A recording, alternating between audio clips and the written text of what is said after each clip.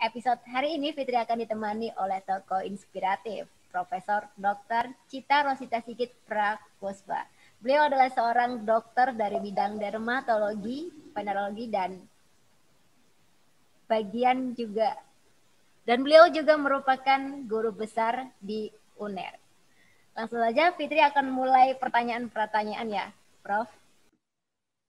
Ya, silakan. Baik, yang pertama nih Prof. Dengar-dengar dulu Profesor Cita sempat bercita-cita menjadi insinyur. Bukan begitu, Prof? Betul. Jadi kalau cerita berapa puluh tahun yang lalu ya, waktu itu, tahun 86, saya memang suka matematika ya, suka matematika dan fisika, dan kebetulan saya guru les matematika dan fisika pada saat SMA, saya ngajar anak-anak SMP, pada saat mahasiswa saya ngajar anak-anak SMA, dan beberapa kali di rapot matematika saya 10 karena nggak pernah dapat nilai nggak 10 gitu ya. Memang suka ya. Dan cita-cita pengen jadi insinyur ya, waktu itu pengen insinyur informatika di ITB.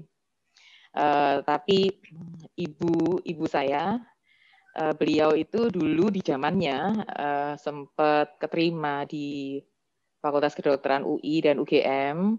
Beliau tinggal di Bogor ya, tapi kebetulan kondisi ekonominya tidak memungkinkan untuk sekolah di sana, sehingga meskipun keterima di kedokteran, tapi nggak bisa sekolah gitu ya, karena kondisi ekonomi akhirnya ibu sekolah di IPB, pada saat itu mendapatkan beasiswa, masih namanya UI Bogor, dan akhirnya ya beliau alhamdulillah sekarang jadi guru besar pertanian, tetapi tetap menyimpan obsesi untuk jadi dokter, kemudian minta saya untuk jadi dokter. Tentu saja saya punya keinginan sendiri ya, sehingga pada saat itu kelas 3 SMA mengisi apa ya, tanpa tes itu, form tanpa tes pakai pensil ya waktu itu. Terus kemudian saya ingat ibu saya pilih FK Unair, ingat diri sendiri ITB informatika, bolak-balik berubah-berubah, dihapus, dirubah, waktu itu masih pakai pensil dan menghapus 2B itu. Kemudian guru saya bilang, Bu Afifah, ini kamu akhirnya nanti bolong kertasmu dan kamu tidak keterima di dua-duanya. Saya pikir saya nggak berani melangkah tanpa restu ibu ya. Akhirnya saya milih FK Unair dan akhirnya alhamdulillah keterima tanpa tes. Ya memang nasib saya mungkin ke sini ya. Dan tentu saja awalnya ya ibu saya yang senang, ini cita-citanya ibu yang nggak kesampaian. Saya sendiri awal-awal masih semester 1 masih oke, karena itu masih ketemu fisika, matematika. Semester 2 ketemu anatomi saja, itu mulai merasa ragu-ragu apa benar jalan saya di sini, tetapi karena nggak punya keberanian untuk membantah ibunda ya pada saat itu, jadi ya sudah saya ikuti terus. Ternyata makin lama makin senang ya. Pada saat DM ya semuanya menjadi baik dan saya bisa menyelesaikan dengan baik dan ya sampai sekarang. Jadi mungkin lesson learn-nya adalah menurut pada orang tua itu juga apa ya, mungkin sesuatu yang barokah ya. Jadi iya benar. Ya, jadi mungkin kalau pada saat saya melakukan orasi guru besar, ibu saya bilang, oh kamu nurut kan sama mama, jadi sekarang jadi guru besar gitu ya. Dan saya bilang, mungkin kalau saya nggak nurut, kalau saya jadi insinyur, mungkin saya lebih cepat dari guru besar. Itu guyon ya, bercanda. Tapi sebenarnya saya yakin bahwa nggak ada seorang pun orang tua yang akan menyesatkan anaknya, dan mungkin orang tua yang paling tahu yang pas buat kita, dan sekarang saya enjoy dengan profesi saya. Baik, luar biasa, Prof. Itu. Kalau menurut Profesor, tujuan dari profesi dokter itu apa, Prof? Seorang dokter, tujuan dari profesi seorang dokter. Ya, jadi tentu saja membantu sesama, itu yang paling penting. Karena jangan sampai keinginan membantu sesama itu tercederai oleh berbagai kepentingan yang sebenarnya sih manusiawi. Tapi kita harus tetap pada jalan yang benar dan kredibilitas, integritas dijaga. Jadi poin pentingnya adalah membantu sesama. Tidak banyak profesi yang bisa langsung mendapat kesempatan untuk membantu sesama secara langsung dan kita bisa melihat hasilnya langsung. Jadi saya pikir seorang dokter itu pinter itu harus ya standar, tapi baik, maksudnya apa, menjunjung tinggi profesi itu lebih di atas segala-galanya. Ya, karena kita mendapat amanah dan kehormatan untuk menjadi penolong sesama. Baik, Prof. Kenapa Profesor Cita ini tertarik menjadi spesialis di bidang kulit dan kelamin, Prof? Iya, jadi sebenarnya tidak selalu cita-cita itu keturutan. Jadi awalnya saya sebenarnya kepengen jadi kardiologis ya, kepengen jadi ahli jantung atau anestesi, karena saya senang sesuatu yang menantang dan amping-amping nyowo itu lebih lebih challenging gitu. Tetapi pada saat itu saya punya anak-anak kecil, masih balita, dan konsep antara ibu dan anak itu sudah saya punya sejak saya belum punya anak gitu. Jadi belum punya anak, belum tahu mau menikah sama siapa, tapi membayangkan bagaimana saya mengasuh anak, pola asuh anak itu terinspirasi oleh pola asuh orang tua saya, terutama ayah saya, karena saya dekat sekali dengan ayah saya. Sehingga saya pikir pertumbuhan awal anak itu adalah masa penting dan itu tidak bisa kembali. Dan kemudian saya berusaha realistis bahwa kalau saya mengambil anestesi dan kardio dan insya Allah misalkan saat itu keterima, mungkin tak banyak waktu saya untuk anak-anak. Pada saat itu kulit itu nggak ada jaga. Pada saat saya ya nggak ada jaga di rumah sakit, sehingga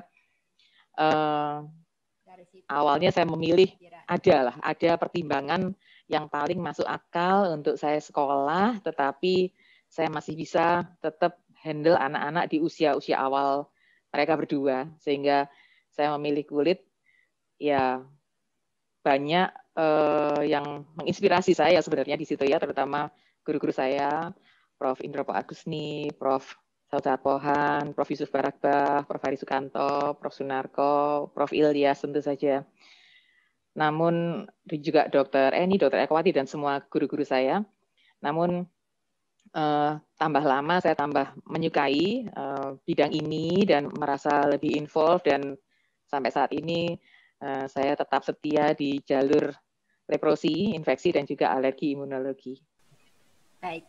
Menurut Profesor Cita, apa yang harus dimiliki oleh pasca sarjana untuk mampu bersaing? Ya, saya kira pasca sarjana di bawah kepemimpinan Prof. Badri, saya tahu beliau orang yang sangat visioner, itu saya berharap banyak gebrakan yang bisa dilakukan. Dan sebagai pakarnya manajerial dan juga inovasi tentu saja. Jadi saya pikir pasca sarjana harus melakukan metamorfosis untuk selalu berinovasi. Jadi selain melakukan inovasi-inovasi baru sesuai dengan kondisi saat ini, kekinian tentu saja, juga berusaha membuat replikasi dari inovasi tersebut. Jadi agar semua bisa melakukan modifikasi dan mengaplikasikan inovasi yang sudah dibuat oleh pasca sarjana, jadi juga itu berguna untuk orang lain. Dan tentu saja yang paling penting, menginduksi budaya inovasi, yaitu menginduksi para dosen, staf, dan juga mahasiswanya untuk selalu berpikir bagaimana melakukan inovasi, bagaimana menyelesaikan masalah yang timbul, dan kemudian nanti pasti setelah masalah itu selesai dan timbul masalah berikutnya lagi dan diselesaikan lagi. Jadi budaya itu yang harus dipunyai dan disadari dari awal sehingga bisa berkembang, dan saya optimis. Jadi semoga pasca sarjana ke depan bisa jadi lebih keren ya. Lebih baik lagi ya Prof ya. Amin. Selama mendalami bidang ini Prof, apa pembelajaran yang paling menarik yang pernah Prof dapati? Jadi kalau pelajaran menarik itu banyak ya, karena riwayatnya saya ini seorang spesialis, sekarang guru besar di bidang dermatologi, venerologi, dan saya berkecimpung di leprosi, kusta yang masih menjadi PR, dan kebetulan juga saya dipercaya menjadi komite ahli leprosi di Kemkes dan juga untuk membuat guideline di WHO, sehingga saya setiap melakukan aktivitas bersama pasien-pasien kusta atau leprosi itu bersyukur bahwa memiliki kesempatan untuk berbagi, untuk ikut berpikir bagaimana menyelesaikan beberapa problem leprosi. Di sisi lain, saya juga ada di divisi alergi imunologi. Tentu kita tahu bahwa alergi ini banyak sekali ya, semakin lama semakin banyak, tantangannya juga tinggi, dan alhamdulillah kami bisa melakukan banyak kolaborasi, baik di bidang leprosi maupun alergi imunologi, sehingga wujud nyata yang bisa dirasakan oleh pasien itu akan menjadi lebih meningkat apabila kita melakukan gerakan itu bersama-sama. Jadi kalau pengalaman paling menarik adalah apabila kita melakukan pengamatan pada sekelompok pasien tertentu dan kemudian melakukan intervensi dan kemudian memotret secara reguler, dan itu akan dikembalikan pada yang bersangkutan sehingga itu akan memperbaiki seluruh aspek kehidupan, baik menurunkan morbiditasnya dan mortalitas tentu saja, dan yang paling penting adalah meningkatkan kualitas hidup dari pasien-pasien tersebut. Itu yang paling menggembirakan buat saya dan tim tentu saja, bukan sendiri ya. Buat para dokter ya tentunya Prof ya. Dan tentu saja dalam perjalanannya karena kemudian saya sempat ada di Badan Perencanaan Pengembangan bersama Prof. Badri pada saat itu, beliau menjadi kepala dan saya kepala badan dan saya sekretaris. Kemudian di Sutomo sendiri menjadi kepala bidang litbang dan kemudian akhirnya sekarang dipercaya untuk di direksi, di Direktur Pendidikan Profesi dan Penelitian. Itu ada dua kaki yang berbeda ya, di mana pada saat menjadi fungsional itu semua pemikiran dokter benar ya.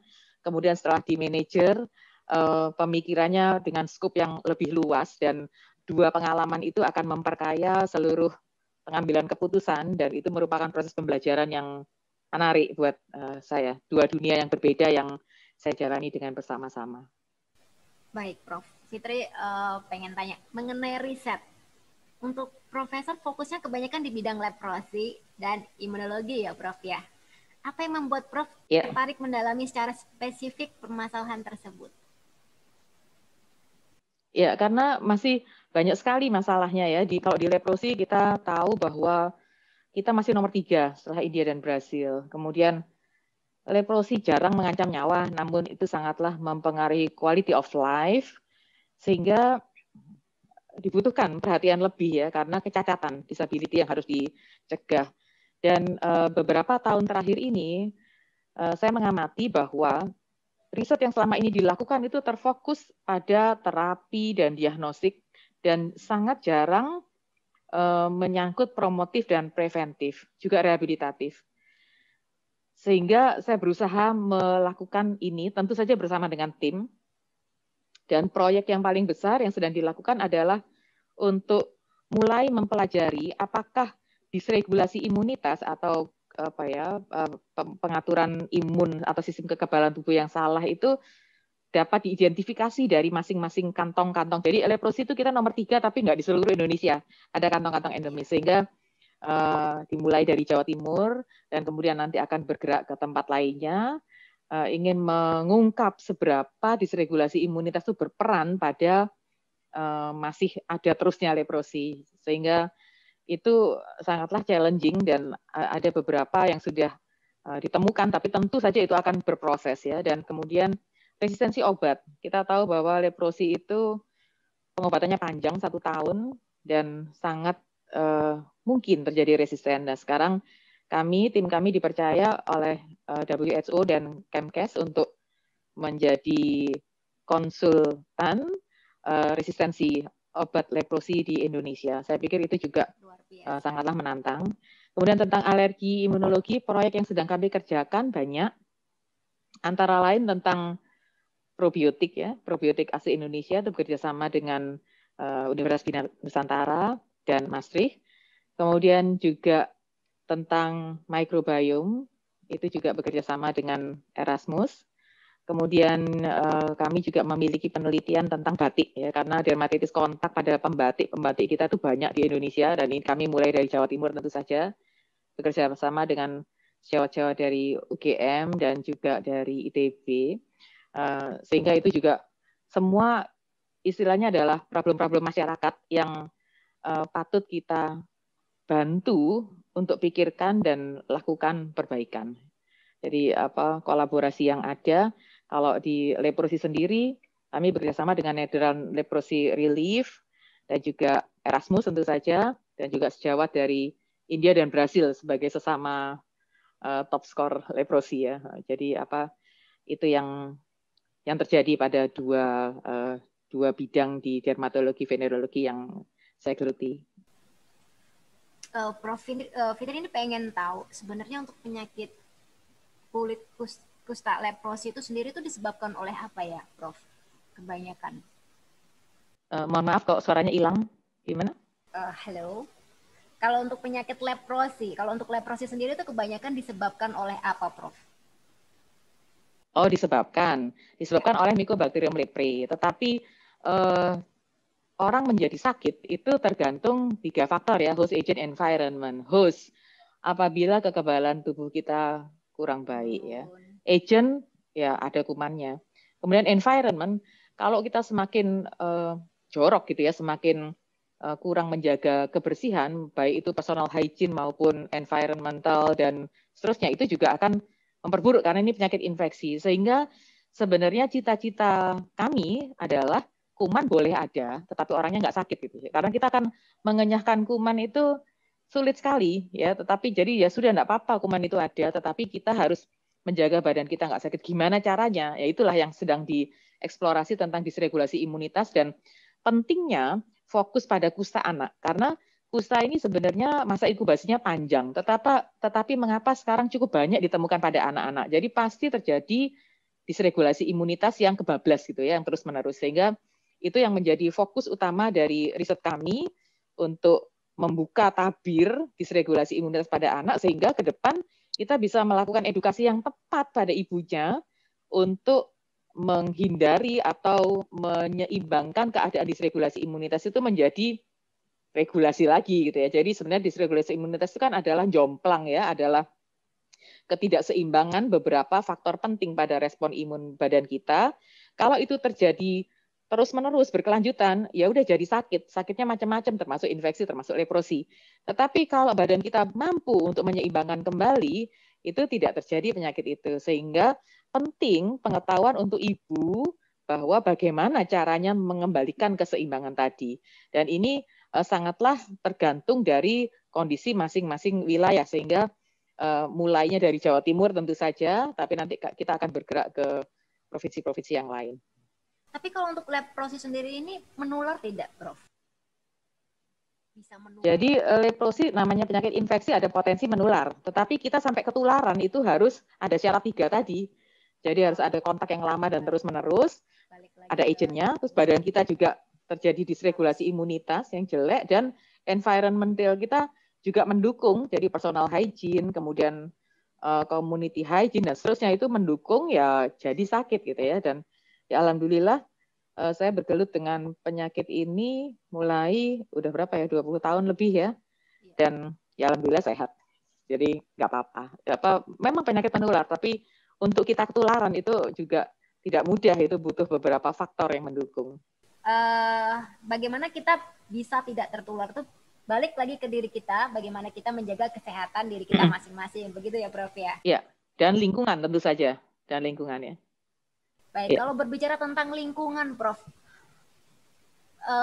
kalau untuk lingkungan, misal lingkungan yang jorok atau daerah mana sih di Indonesia itu yang banyak sekali penduduk yang menderita leprosi itu, yang terkena leprosi? Jadi kalau ditanya daerah yang banyak menderita leprosi, ada kantung-kantung tertentu ya, dan terutama di Indonesia bagian timur.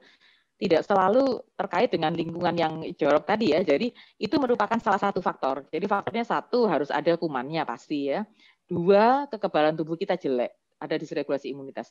3 lingkungan kita tidak mendukung. Ya jadi apa lingkungan itu ya, mulai kebersihan perseorangan, kebersihan lingkungan, kemudian bagaimana pandangan tetangga-tetangga, karena leprosi ini tak cuma masalah medis, ini juga masalah sosial. Pada saat stigma itu ada, maka diskriminatif itu ada, itu menjadi semuanya jadi lingkaran setan. Karena menimbulkan kemiskinan, kemudian pasiennya rendah diri, terkucil, dan masyarakat juga takut untuk mendekati, dan seterusnya, sehingga dia semakin tidak mau berobat, dia semakin parah, dia semakin menularkan. Kalau punya anak, dia karena malu, anaknya juga tidak dilakukan antenatal care, kemudian tidak diperiksakan ke puskesmas, posyandu, dan seterusnya. Dan itu membuat lingkaran setan. Sehingga untuk memutus ini, tak cuma butuh dokter ya, jadi kita harus bekerja sama, sehingga bersama FK tentu saja, Dr. Sutomo mensupport FK untuk academic health system, bersama Dinas Kesehatan, tentu saja Dinas Kesehatan Provinsi dan juga Kemkes ya, dan WHO, untuk berusaha memotong mata rantai ini secara bersama-sama. Tidak mudah tentu saja, tetapi upaya itu terus-menerus dilakukan. Baik, Prof. Untuk tantangannya penanganan leprosi di Indonesia itu menurut Prof Cita apa, Prof? Ya, tantangannya itu adalah bagaimana kita bisa bergerak bersama-sama bahu-membahu, karena selama ini memang banyak kolaborasi dilakukan, tetapi kadang-kadang kurang komprehensif dan masih sporadis ya. Jadi pada beberapa kali kesempatan, beberapa saat yang lalu, pada saat pertemuan dengan Kemkes, kami sangat mengharap diskusi dan kemudian langkah selanjutnya apa, evaluasi, kemudian dilakukan progres seterusnya dan seterusnya. Sehingga beberapa tahun terakhir ini riset-riset kami yang didanai oleh WHO dan juga Netherlands Leprosy Relief itu menyangkut tak hanya pasien-pasien di rumah sakit, tapi juga di pasien komunitas, sehingga kita punya kesempatan lebih untuk berdiskusi dengan teman-teman dinas kesehatan dan juga dokter-dokter puskesmas. Karena seperti kita tahu, di fakultas, universitas itu tempatnya orang pinter ya, tempatnya semua riset yang bagus-bagus. Tetapi kita tak mempunyai tangan untuk masuk ke masyarakat, sehingga dibutuhkan kerjasama dengan dinas kesehatan, puskesmas yang mungkin mereka melakukan semua kegiatan secara rutin, tetapi inovasi-inovasi dan riset-riset itu mungkin kurang terpapar. Jadi mungkin tantangannya adalah bagaimana kita bisa membumikan riset yang sudah kita peroleh itu pada tatanan nggak cuma sampai publikasi pada jurnal, tetapi benar-benar implementatif pada masyarakat. Itu sebuah tantangan ya, dan kami di Rumah Sakit Sutomo ini merupakan tertiary hospital, rumah sakit rujukan nasional, sehingga kasusnya pasti kasus berat-berat. Gudangnya konsultan ada di sini. Nah, sementara di perifer itu program berjalan rutin. Kalau ada komunikasi, tentu saja ini akan menjadi lebih baik ya. Jadi pemahaman kami di sini bisa di-share ke sana, yang di sana juga bisa mengakses kami untuk menanyakan hal-hal tertentu, dan kemudian mungkin konsultasi, apalagi sekarang pandemi ya, tidak bisa kami dengan enak untuk pergi ke perifer seperti biasanya karena dibatasi oleh adanya pandemi, harus berhati-hati, sehingga kolaborasi antara FK tentu saja, kemudian fakultas kesehatan lainnya, karena dalam hal ini kita juga bekerja sama dengan FISIP ya, ilmu budaya juga untuk leprosi, FKM juga, dan kemudian tentu saja dinas kesehatan dan rumah sakit sebagai tertiary hospital rujukan nasional itu bersama-sama untuk menyelesaikan masalah ini. Itu tantangannya, dan itu sulit ya, karena lebih enak kerja sendiri-sendiri, tetapi tentu saja hasilnya akan lebih sporadis. Tetapi pada saat kita bersatu bersama-sama, maka hasil yang diharapkan itu bisa berdaya ungkit lebih tinggi untuk tujuan bersama ya. Tujuan bersama ya eliminasi kusta ya, benar-benar udah nggak ada lagi gitu ya, kita nggak juara 3 lagi. Apakah menurut Prof Cita merasa permasalahan yang ada di untuk penanganan leprosi ini tuh juga beyond bidang kesehatan? Oh iya pasti. Jadi itu tadi, jadi adalah masalah kesehatan dan juga masalah sosial. Sehingga penting, karena mau diobatin seperti apa kalau ada pembiaran, stigmatisasi, diskriminasi yang sebenarnya sekarang sudah jauh berbeda, sudah jauh lebih baik, tapi tetap ketemu ya, tetap ada. Dan itu butuh tokoh-tokoh masyarakat, butuh teman-teman penduduk setempat dan juga petugas kesehatan di daerah tentu saja untuk tidak fobia gitu ya, tidak leprofobia, tidak takut berlebihan pada kusta. Itu penting karena akan membuat si pasien ini menjadi enak untuk berobat, tidak malu, dan bisa menjaga diri dan keluarganya tentu saja ya. Itu harapannya kan gitu, agar rantai penularan itu terputus. Karena kalau kita lihat kita juara 3 dan meskipun kasus lamanya itu menurun dengan drastis, tapi kasus baru itu relatif stabil. Mengapa? Berarti kan kasus barunya terus muncul. Berarti pemotongan rantai transmisi itu belum sempurna dilakukan. Mengapa gagal gitu dilakukan pemotongan transmisi? Yaitu tadi karena saya pikir tidak bisa didekati hanya dari aspek kesehatan, tapi juga ada aspek sosial, dan tentu saja itu yang menyebabkan kami harus saling bergandeng tangan gitu ya, dari teman-teman dari FKM, dari budaya dan lain-lain, psikologi juga, sehingga diharapkan ini bisa terselesaikan masalah yang rumit. Dan sebenarnya kusta ini termasuk penyakit yang sepanjang sejarah peradaban manusia ya. kita pernah menemukan di fosil Homo floresiensis di Flores itu usianya sekian ribu tahun sebelum Masehi. Jadi ya benar-benar penyakit lama ya, dan ternyata kok ya tidak selesai sampai sekarang ini. Mestinya ada sesuatu, dan saya pikir itu ya kolaborasi dan bergerak bersama-sama, karena ini tak melulu hanya aspek kesehatan tapi juga ada aspek sosialnya dalam cita-cita untuk melakukan eliminasi kusta. Baik, Prof. Fitri pengen tahu, apakah dalam sejarah Prof itu pernah tidak menangani pasien yang benar-benar leprosinya itu benar-benar parah seperti itu, dan penanganannya itu seperti apa menurut pengalaman pribadinya Prof Cita? Ya, kalau pengalaman pribadi di rumah sakit ini ya, karena ini adalah kembali lagi rumah sakit rujukan nasional ya, tentu saja yang datang ke sini hanya yang parah-parah gitu ya, apalagi sekarang ada rujukan berjenjang, jadi nggak mungkin pasien baik-baik saja masuk ke Sutomo, pasti pasien sudah dengan keadaan parah. Dan ya kami memiliki clinical guideline untuk itu dan memiliki tim, tentu saja di sini ada divisi leprosi, saya salah satu anggota dari divisi leprosi, dan penyakit di Sutomo ini sering tak hanya satu organ, yaitu kulit saja, tapi juga ada nanti menyangkut penyakit dalam atau menyangkut pediatri, menyangkut paru, menyangkut neuro, menyangkut rehabilitasi medik untuk fungsi pengembalian fungsi-fungsi kecacatannya dan seterusnya. Jadi sangatlah kasuistik ya, dan di sini kami melakukan penanganan juga dengan multidisiplin sesuai dengan kebutuhan tentu saja. Jadi intinya teamwork. Jadi semua yang kami lakukan baik itu pendidikan, pelayanan maupun penelitian adalah teamwork, membentuk teamwork, ya tidak bisa kerja sendiri. Prof, dari tadi kan Fitri tanya-tanya ke Prof Cita kan tentang leprosi. Sedangkan untuk penyakit kelamin sendiri Fitri itu agak sedikit kurang paham seperti itu, Dok. Lalu untuk penyakit kelamin sendiri ya, Dok ya, kebanyakan penyakit kelamin apa sih yang diderita oleh pasien di Dr. Sutomo ini, Rumah Sakit Dr. Sutomo ini? Untuk penyakit kelamin. Penyakit kelamin? Iya. Penyakit kelamin ya banyak ya. Jadi penyakit kelamin yang paling kita mesti aware saat ini ya HIV/AIDS tentu saja. Tapi banyak penyakit-penyakit kelamin lainnya seperti infeksi non-specific genital infection, kemudian berbagai specific genital infection, kemudian ada juga penyakit-penyakit virus dan bakteri, banyak sekali ya. Jadi macam-macam itu, apa aja ada di sini. Jadi dan kebetulan itu bukan di divisi saya. Jadi kami ada 8 divisi dan ada divisi khusus tentang infeksi menular seksual. Jadi untuk penyakit kelamin kan banyak sekarang tuh kan tentang penyakit kelamin yang orang tuh kurang aware seperti itu, Prof.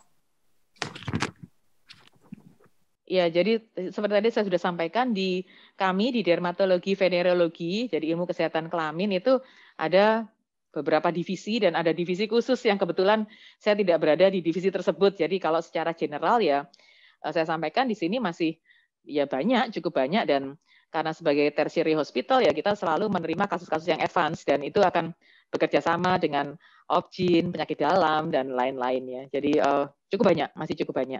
Tapi kalau detail saya nggak bisa bicara detail karena itu bukan di divisi saya.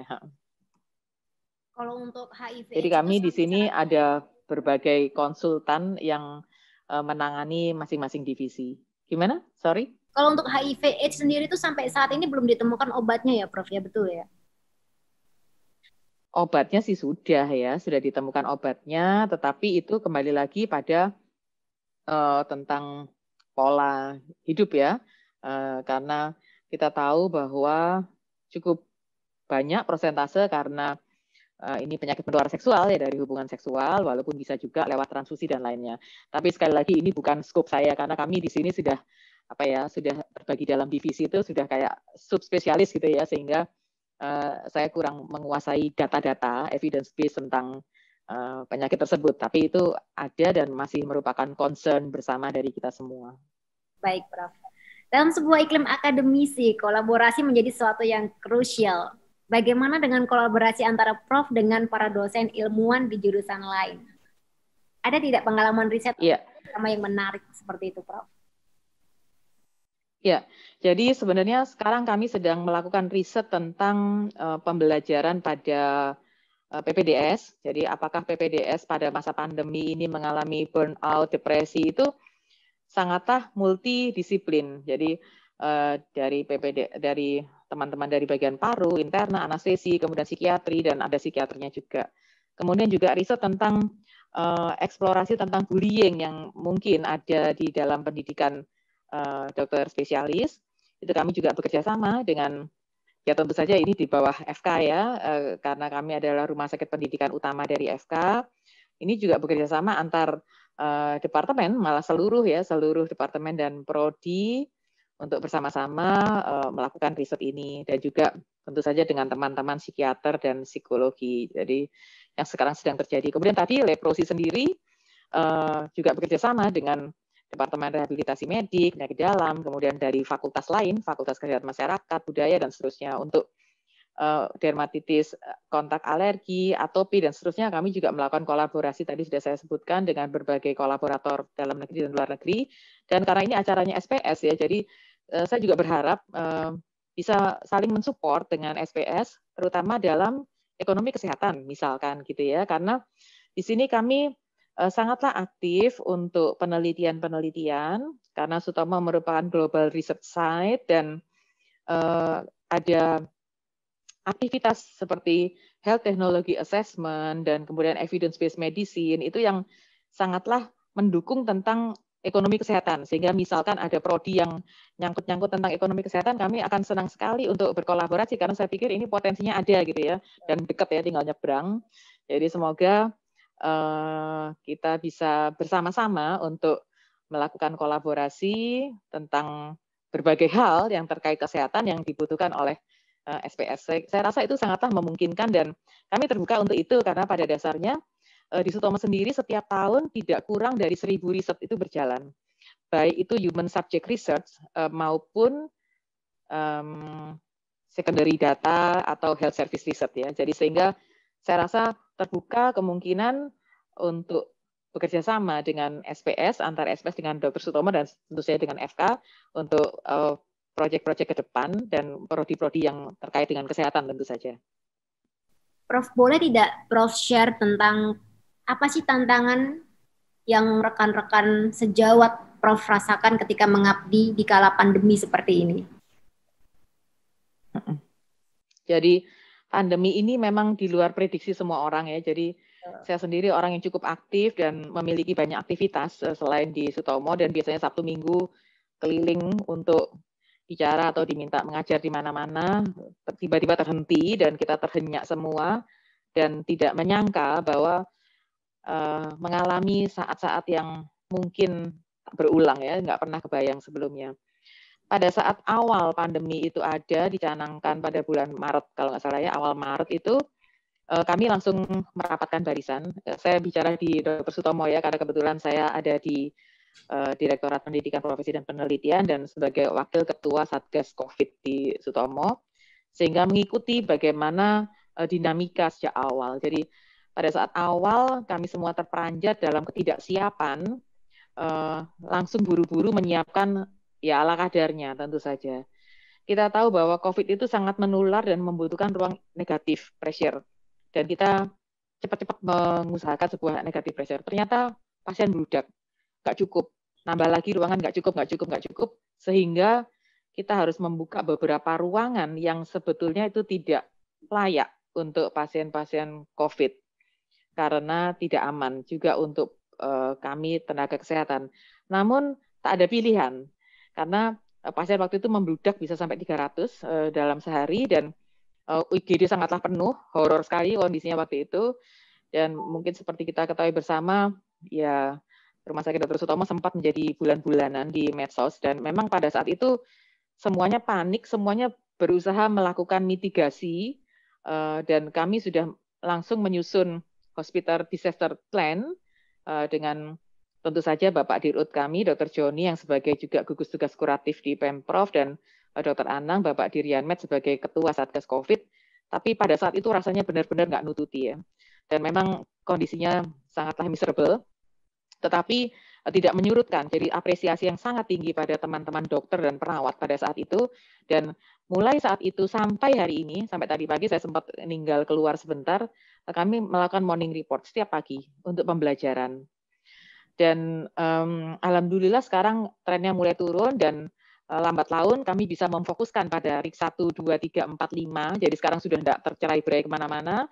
Dan sekarang IGD kami sedang dalam proses pemisahan COVID dan non-COVID. Dan tentu saja alhamdulillah mendapatkan bantuan dari banyak pihak untuk kami di sini, sehingga ya lesson learn-nya adalah kembali lagi teamwork ya. Iya betul. Jadi teamwork dan ya berusaha selalu belajar, learning by doing begitu. Dan alhamdulillah Sutomo juga dipercaya untuk melakukan, kami ada sekitar 50 riset kolaborasi tentang COVID dengan berbagai macam support dana. Dan itu sudah beberapa, sudah ada interim analisisnya dan sebagian juga masih berjalan.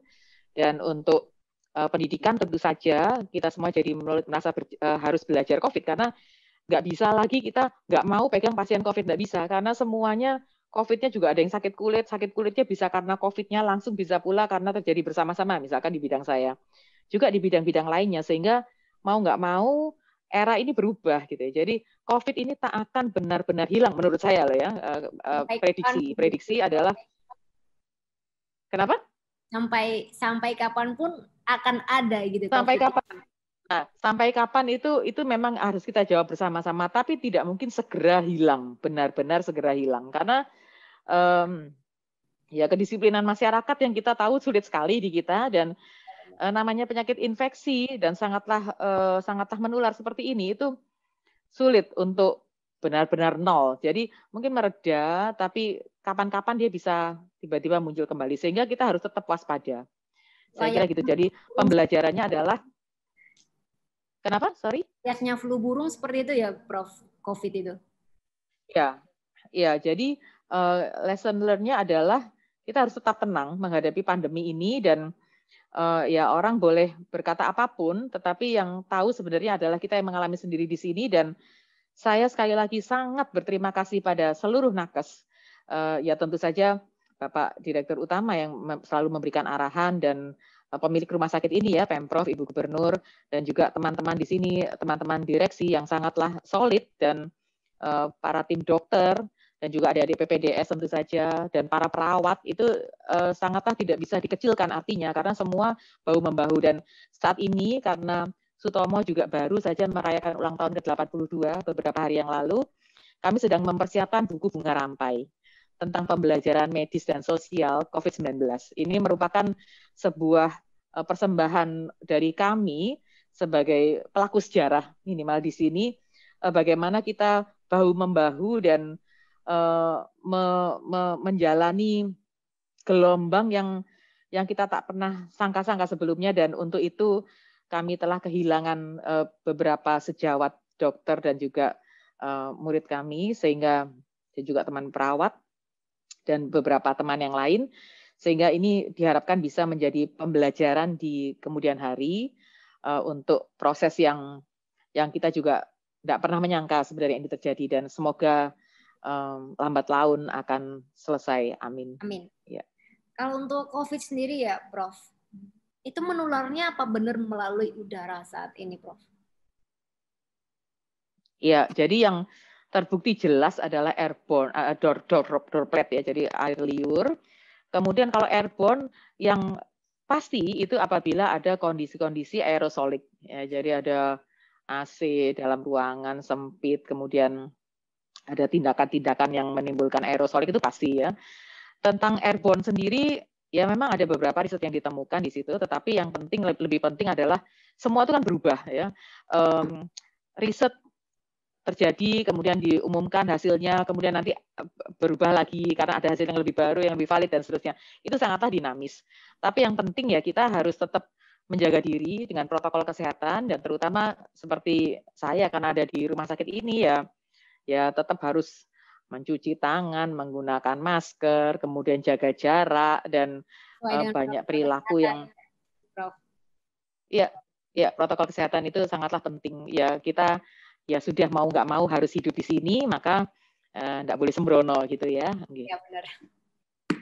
Menurut Profesor Cita, apa yang membuat sekolah pasca sarjana UNER spesial sehingga menjadi tujuan yang pas bagi orang-orang yang ingin studi lanjut? Ya, karena ya kita tahu bahwa apalagi suasana pandemi gini ya, kan pasti berpikir tetap sekolah, tetapi yang menawarkan banyak opsi. Sehingga saya pikir sekolah pasca sarjana pasti untuk ini aja untuk divisi media digital pasti menyiapkan banyak hal pembelajaran yang bisa dilakukan dengan digital mayoritas ya mungkin, sehingga itu akan membuat orang berbondong-bondong untuk datang dan tentu saja dengan tawaran-tawaran yang sangatlah beragam itu dan tentu saja yang kreatif dan inovatif itu saya pikir akan membuat sekolah pasca sarjana ini semakin keren gitu ya dan perform di kalangan para adik-adik yang ingin memilih sekolah di sana karena saya pikir mempelajari pasar itu baik dan kemudian mungkin harus membuka diri berkolaborasi dengan berbagai pusat studi dan saya tahu Prof. Badri sudah melakukannya dan saya sih optimis SPS ini akan menjadi primadona ya untuk dilirik oleh calon-calon mahasiswa. Semoga. Amin. Pasti. Amin. Kalau hal apa ya Prof yang Prof dapatkan selama berkuliah di UNER ini? Hal apa saja yang Prof dapatkan? Ya banyak tentu. Selama berkuliah di UNER? Ya. Tentu saja kompetensi ya. Kompetensi saya berkuliah di Fakultas Kedokteran untuk S1, S2 dan spesialis dan S3 dan memang beberapa kali fellow dan juga mendapatkan kesempatan postdoc di luar. Namun yang terkesan adalah ya kompetensi dan role model. Jadi beberapa dosen, sebagian besar, itu bisa menjadi role model dan itu paling penting ya karena kita sebagai mahasiswa akan melihat nggak cuma bagaimana cara dosen tersebut mengajar, tapi bagaimana keseharian, bagaimana yang diajarkan itu sesuai dengan yang dilakukan sehari-hari. Itu sangatlah penting dan banyak sekali saya pikir dosen-dosen yang menjadi role model dan menginspirasi kami sebagai mahasiswa pada saat itu dan sekarang saya menjadi dosen kebetulan ya. Semoga sedikit bisa menginspirasi para mahasiswa. Pasti banyak menginspirasi. Baik, Prof. Apakah Prof pesan yang ingin disampaikan untuk para calon mahasiswa pasca sarjana UNER? Ya, jadi sekarang para calon mahasiswa era sudah berubah ya, tidak lagi kita menunggu, tetapi kita yang harus aktif bergerak. Jadi pada saat kalian memutuskan untuk masuk ke sebuah sekolah itu pilihan banyak dan kalian memutuskan hidup kalian dan ingat bahwa tak ada seorang pun yang berhasil dengan cara yang biasa-biasa saja. Jadi pasti seseorang yang berhasil itu pasti ada lesson learn-nya banyak di belakangnya itu. Nggak mungkin dia tiba-tiba berhasil, itu nggak mungkin. Jadi buatlah hidup Anda itu tidak biasa-biasa saja. Jangan kehilangan waktu untuk melakukan sesuatu apapun. Dan kegagalan itu biasa gitu ya. Kegagalan itu sangatlah lumrah. Yang penting apa yang kita lakukan setelah gagal, bagaimana kita bangkit setelah gagal. Itu yang paling penting. Jadi jangan pesimis, harus optimis dan memandang jauh ke depan, mimpi-mimpi harus diraih dan itu akan menyemangati kita sendiri. Jadi nggak ada yang membuat bahagia dan semangat kita selain diri sendiri. Jadi itu yang harus dimiliki oleh para mahasiswa agar tetap semangat untuk maju dan memimpin karena adik-adik mahasiswa ini kelak akan menggantikan para pemimpin-pemimpin yang ada dan tentu kami semua sangatlah bergantung pada adik-adik mahasiswa yang nanti menjadi pemimpin-pemimpin kita semua. Luar biasa, Prof. Tidak terasa ini pertanyaan Fitri udah banyak banget dan sudah habis pertanyaan Fitri untuk Profesor Cita. Ada tidak pesan atau hal yang ingin Prof sampaikan di luar pertanyaan yang Fitri berikan untuk Prof Cita? Ya, mungkin untuk adik-adik mahasiswa kalau kebetulan mendengarkan ini, menjadi orang pintar itu adalah baik ya, tetapi menjadi orang baik itu jauh lebih baik. Jadi sehingga kompetensi itu harus, tetapi kredibilitas, integritas itu harus tetap kita jadikan pegangan untuk melangkah ke depan. Itu aja, Mbak. Luar biasa, Prof. Suka sekali saya. Baik, terima kasih banyak, Prof, untuk waktu yang Prof berikan untuk Fitri hari ini. Semoga kita semua sehat selalu dan semoga kita bisa berjumpa di episode setelah ini. Terima kasih, Prof. Cita. Assalamualaikum warahmatullahi wabarakatuh. Waalaikumsalam warahmatullahi wabarakatuh. Stay safe and healthy. Thank you. Nah, teman-teman, sekian tadi bincang-bincang kita dengan Profesor Cita Rosita Sigit Prakuswa yang merupakan guru besar di UNER. Luar biasa sekali, Fitri terinspirasi dari beliau dan semoga kalian juga bisa dan semoga juga episode kali ini bisa menginspirasi kalian yang mendengarkan podcast ini. Terakhir dari Fitri, sampai jumpa di episode podcast Pasca UNER, Your Future is Our Goal. Bye-bye.